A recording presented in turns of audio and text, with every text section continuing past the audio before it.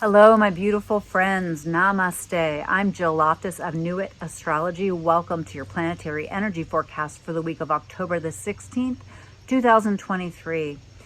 Now, as I mentioned before in my October forecast, this month is tense. This month has a lot of very strong aspects and some difficult astrology. Now, the Mars-Pluto clash, that was last week, and the eclipse energy. So we're in between eclipses this week, all right?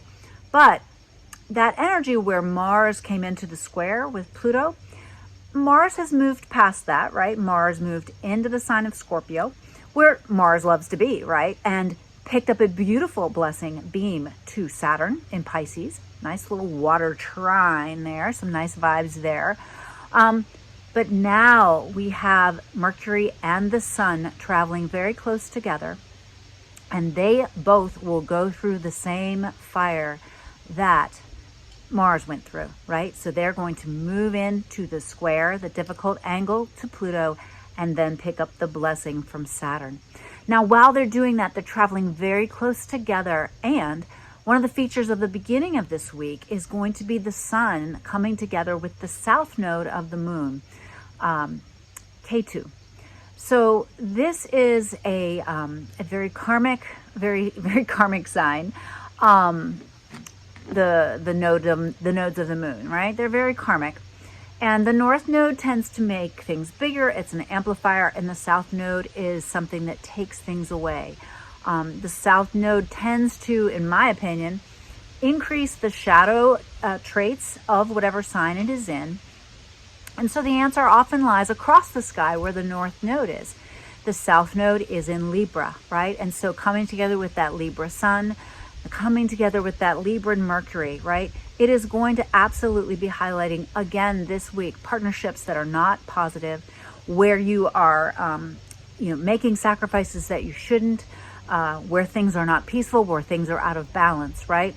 And across the sky, we've got that north node in Aries, highlighting how you have to be independent in positive ways, that you have to be strong, that you have to take action, right?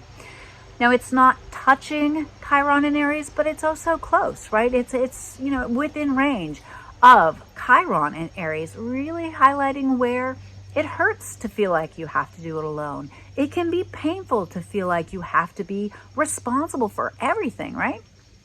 And so, of course, this beautiful balance must be developed and found between these two areas of life. And I will say it over and over.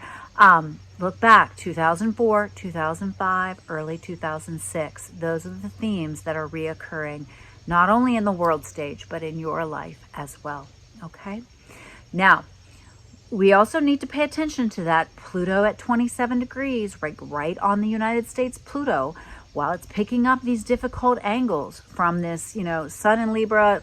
The Sun doesn't really like to be in Libra, right? The Sun wants to be like on its own, like shining. And instead in Libra, it's like, I guess I need to play nice. I need to find somebody to work with. I need to collaborate, right? And that Libra and Mercury can be very indecisive, kind of going back and forth, right? Another thing to really pay attention to as we begin the week, right? This forecast begins on a Monday. That eclipse was on Saturday. And do not think for 1 minute that eclipse energy is gone, all right? Wherever 21 degrees is, that 21, 22 range of degrees in Libra and Aries is going to be highlighted for you. And if you have anything in the other cardinal signs as well, it could also, really pick up some strong energy, some strong difficulty, okay? So keep that in mind as we're starting the week. We also begin the week with the moon in Scorpio. So really emphasizing that Mars placement, emphasizing that intensity. It's going to be across the sky from Jupiter. So you might really feel this real depth of emotions as we begin that week, right? So just try to stay grounded. On the 17th, we're going to have a big moon void from 11:44 a.m. Eastern till 3:36 p.m. Eastern. You're not going to get any traction during that time period. So try to find that 11 to 4 range. Don't schedule important meetings. Let it be more about, intuition, more about ideas, more about creativity, more about flow and connection, and tapping into that kind of, softening of the veils, so to speak. Excellent for meditation, excellent for insight, tarot, all that kind of stuff, okay? On the 18th, we have the precise meeting of the Sun and the South Node. Definitely Librans, you might be feeling really exhausted this week. Every interaction might just be so draining, all right? So just take the time to calm down. Don't get too lost in your mind or overthinking things, right? That's one of the shadows of air signs, right? We can totally overthink things. But try to understand that it is just kind of a difficult path to move forward through during this time. Go across the sky to Aries and try to be strongly in charge of your own happiness, right? And that doesn't mean you ignore other people or you're unkind to your lover or your business partner or whatever, but take it upon yourself to be responsible for your own feelings this week. I think that's really important. All right. Now we also have on the 19th, we have the Cazimi, where the Sun will swallow Mercury. And as you know, that can wonk things out, right? So I don't know about you, all last week for me it felt like Mercury retrograde, even though it wasn't, right?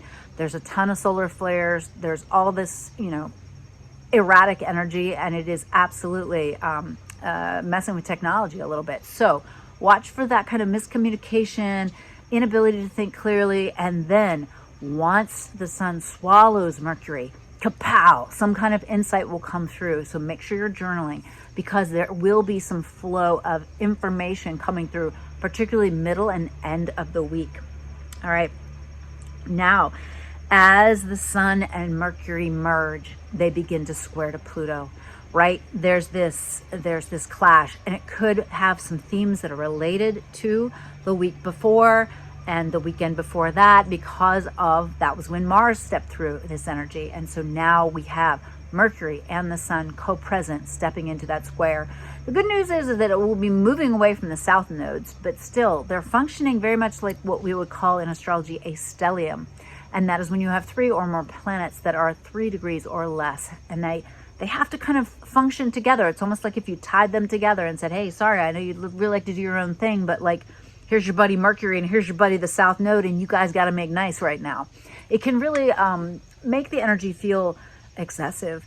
So really know where 27 degrees is in your Libra area of life and your Capricorn area of life, because you could be highly activated. These squares will bring negativity, I believe, a lot of arguing, fighting, disagreements, power plays, right? Lots of power plays going on.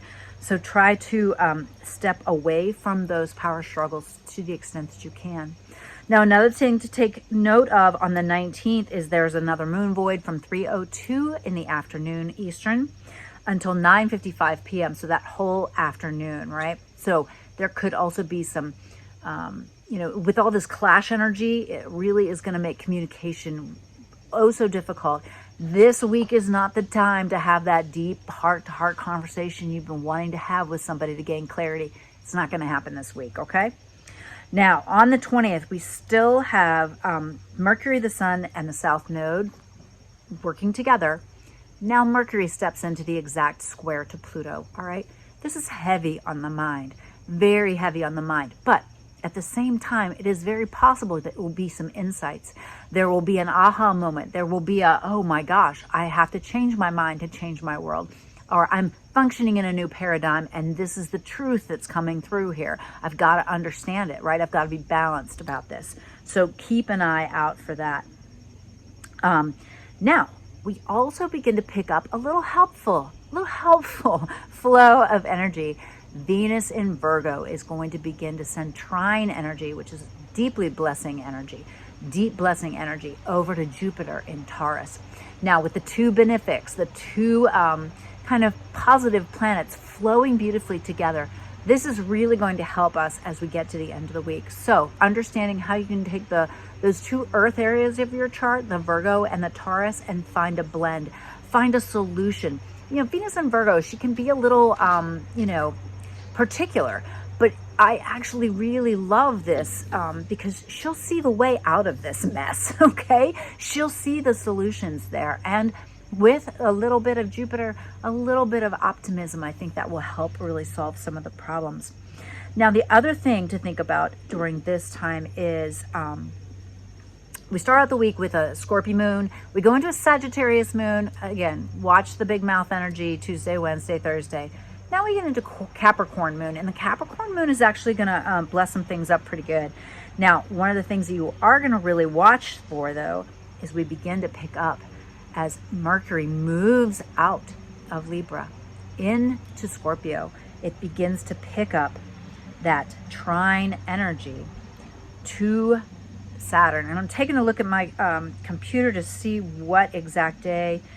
Yeah, so on Saturday the 21st, Mercury gets the very last degree of Libra. And so it's vibing with the Saturn, but it's not until it gets into a Scorpio that it's really going to pick up that exact blessing connection with Saturn, right?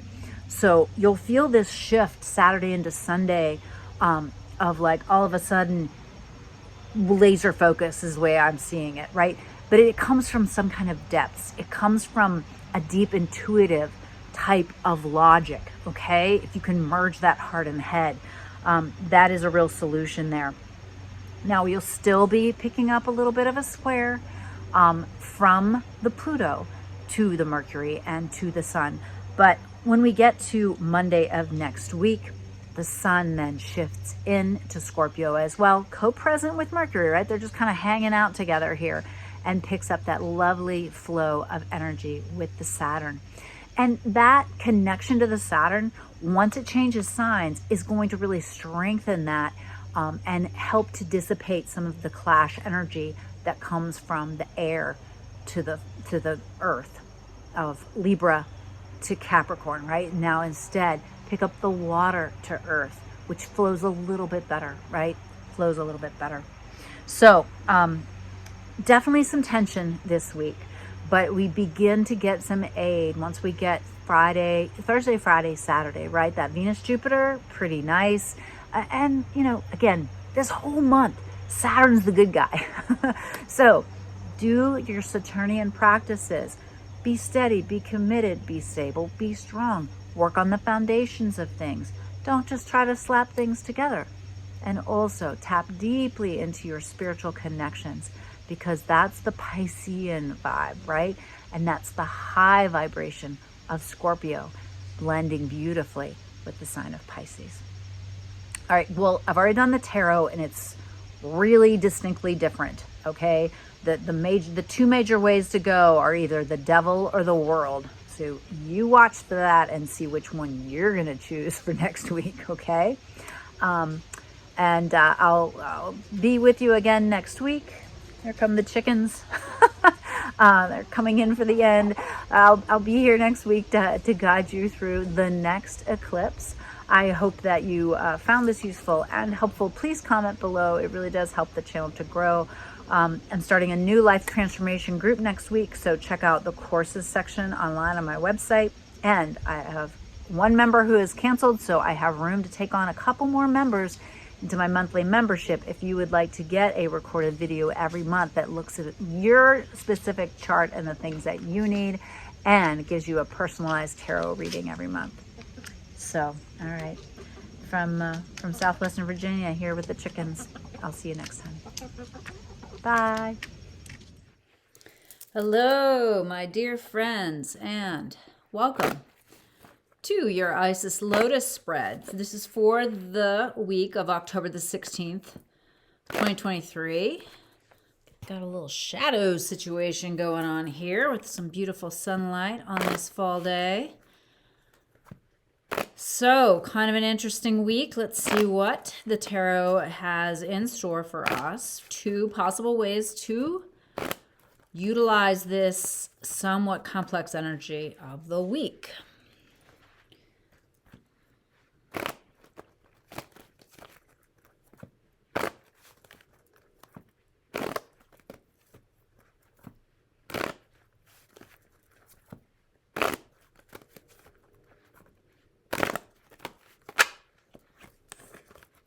Lots of shuffling here.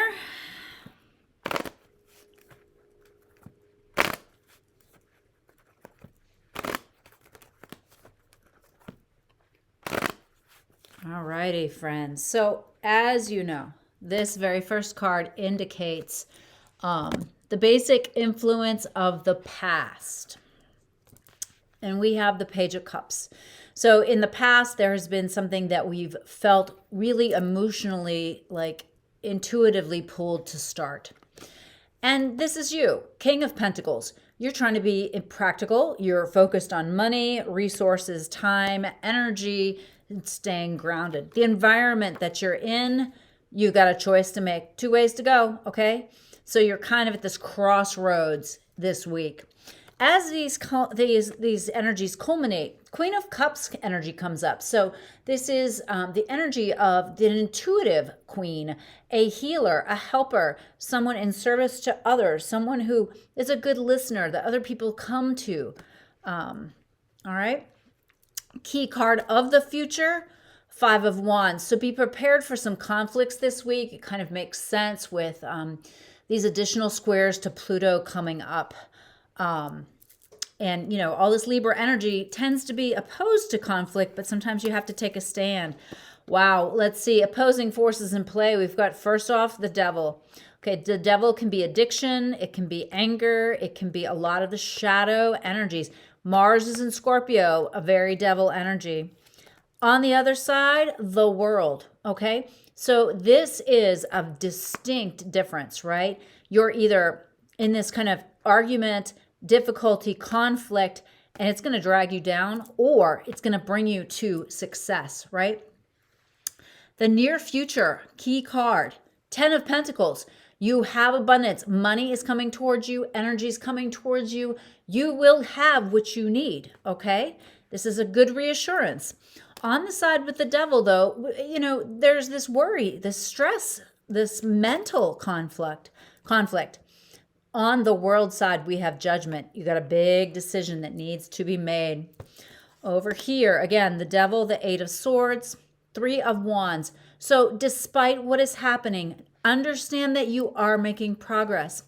With the world and judgment, the Magician, an assurance of success. Wow.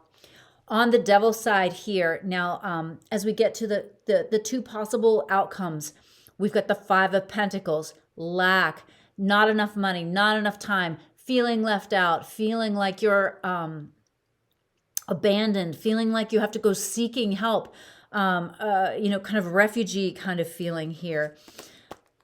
Over on the other side, we've got the 4 of Cups. It's an interesting card to get because I always think of this. There's 2 different ways to look at this. This can be like, oh, you're just making assumptions and taking things for granted, or it can say, you know, trust. And I'm thinking this week, it's really saying trust. Trust the bigger picture, trust the process, trust the divine, trust. Paired with 5 of Pentacles and the devil side, we've got the Wheel of Fortune. There's just some karmic shit going down this week, okay? It's a month of karmic situations. We are in between eclipses, big things happening. Over on the other side with the 4 of Cups, we have the King of Swords. Being rational, being intellectual, thinking things through, logic, not just intuition, but logic.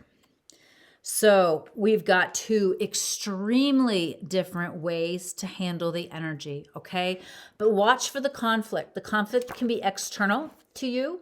It can be internal, but there's 2 different ways to handle it, right? So you're either going to get lost in anger, emotionality, worry, stress, you know, trying to get where you're going, but you feel this sense of lack and you feel like, man, like just some of these things are karmic repercussions because I either waited on a decision, or I didn't make a decision, or I made the wrong decision, right?